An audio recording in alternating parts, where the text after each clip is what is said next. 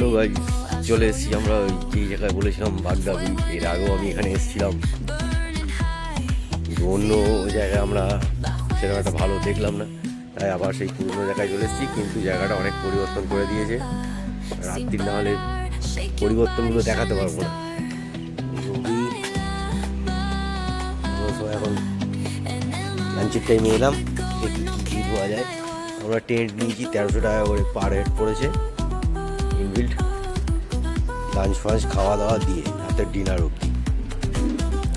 চলো কী কী খাওয়াচ্ছে সেটাও আজকে দেখিয়ে দিচ্ছি, কী কী দেয় মেনুতে। দুপুরে সকালে টিফিনটা খাইয়ে দিয়েছে, কিন্তু দেখাতে পারিনি, ঘুমাচ্ছিলাম খুব, শরীরটা ক্লান্ত ছিল।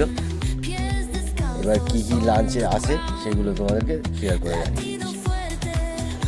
চলে এসছে আমাদের খাবার, রাইস কমপ্লেট, একটা সবজি, আলু, ডাল, এটা কি মাছ ভাজা গো?